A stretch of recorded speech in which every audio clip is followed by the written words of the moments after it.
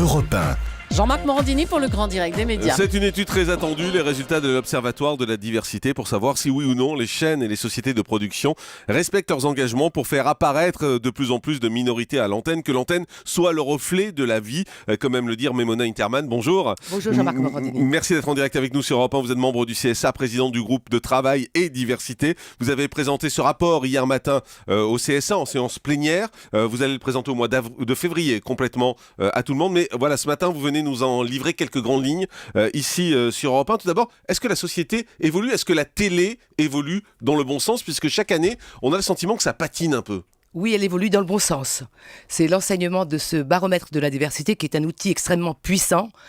44 000 personnes prenant la parole dans plus de 2500 programmes ont été auscultés image par image, et il en ressort que, certes, les couches de la population dans des classes supérieures sont omniprésentes, c'est vrai, elles reculent légèrement. Mais ce qui semble important, c'est qu'il y ait un véritable progrès de ceux que l'on voit comme non blancs, c'est-à-dire les Noirs, les Arabes, les Réunionnais comme moi, vous aussi peut-être, hein, d'ailleurs. Ah bon?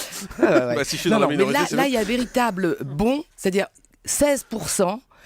En général dans les programmes, mais particulièrement dans la fiction, 17%, dans les divertissements, 21%, j'ai les chiffres sous les yeux. Ça veut dire quoi? Ça veut dire que finalement, les chaînes de télévision, aiguillonnées par le Conseil supérieur de l'audiovisuel, mais dans une sorte de co-régulation, même si la loi oblige les chaînes à respecter la diversité de la société française, eh bien petit à petit, ça progresse.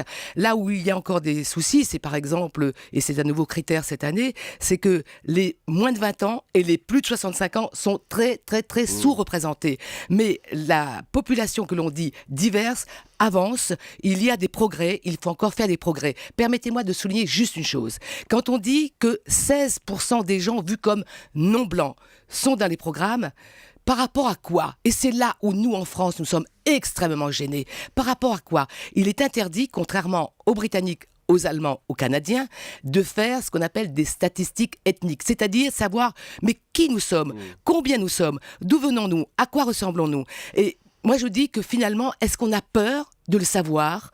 Il serait intéressant de connaître la vérité, non pas pour discriminer. Vous êtes pour mettre des statistiques ethniques? Mon cher Jean-Marc, j'avais écrit noir sur blanc que j'étais contre. Il y a 7 ans. Je me rends compte que dans l'Observatoire de la diversité que j'ai l'honneur de présider au CSA, avec des gens qui ont vraiment les pieds sur terre, qui ont des rôles très importants, notamment dans l'audiovisuel, mais pas seulement, que ces gens-là, qui, comme moi, sont issus de familles de couleurs différentes, d'origines différentes. Je suis une fille d'immigrés, je le répète et le souligne. Eh bien, aujourd'hui, ils changent. Ils disent, pourquoi ne pas avoir les chiffres? Pas tous, mais le propos change. Mais c'est-à-dire, expliquez-moi, parce que ça m'intéresse. Ça veut dire quoi? Ça veut dire qu'on fait attention aux parents, aux grands-parents des gens qui parlent? Un beurre, par exemple, qui est français, est-ce qu'il rentre dans les statistiques? Il ne rentre pas? C'est toute la difficulté de la question beaucoup plus vaste de l'intégration aussi. C'est qui sommes-nous?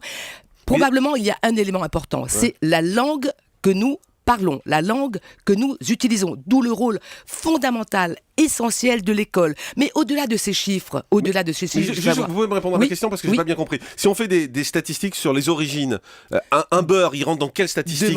Demandez à l'INED, demandez à l'Institut national des études démographiques. Moi, je sais qu'il y a un chiffre qui circule sous le manteau. Ouais. Qui dit quoi?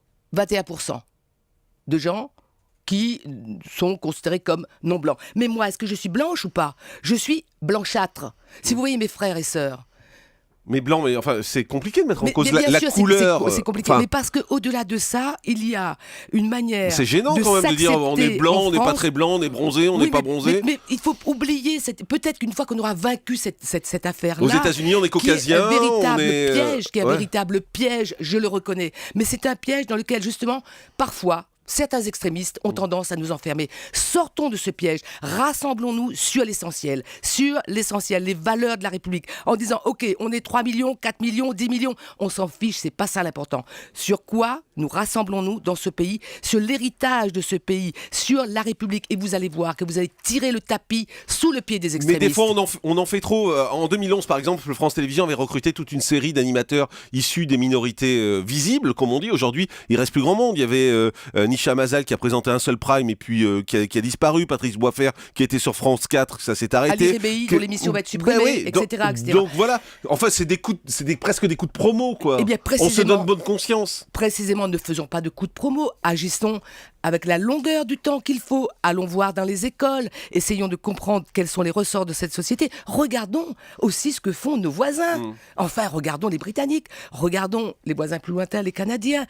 Il faut se décomplexer sur cette question. Or, aujourd'hui, tout le monde a un peu peur. On a peur de dire un mot, on a peur d'être taxé de anti-ceci, anti-cela, anti-musulman, anti-noir. Mais donc pour vous, Maimouna Interman, pour bien comprendre, comment vous souhaitez qu'on compte en fait, c'est pas à moi de le faire. Non, mais comment vous souhaitez qu'on compte? On compte quoi en fonction des origines de chacun? Regardons ce que les experts, dont c'est la profession, dont c'est le métier, je serais stupide de dire j'ai la solution. Je n'ai pas la solution, nous n'avons pas la solution au Conseil supérieur de l'audiovisuel, et d'ailleurs je ne veux pas que le Conseil supérieur de l'audiovisuel soit aujourd'hui taxé d'institution qui veut changer la donne dans ce domaine-là, mais la réflexion est sur la table.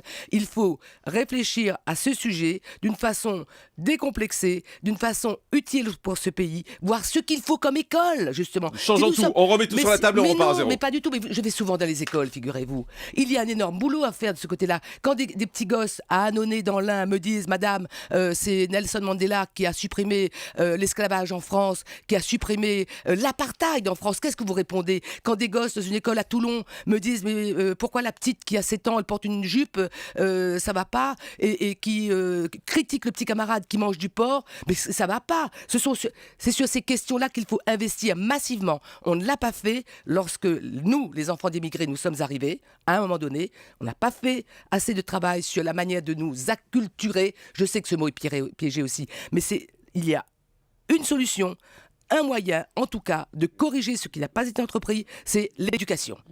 Merci beaucoup, Maimouna Interman, membre du CSA et présidente du groupe de travail Diversité. Le grand direct des médias, Jean-Marc Morandini.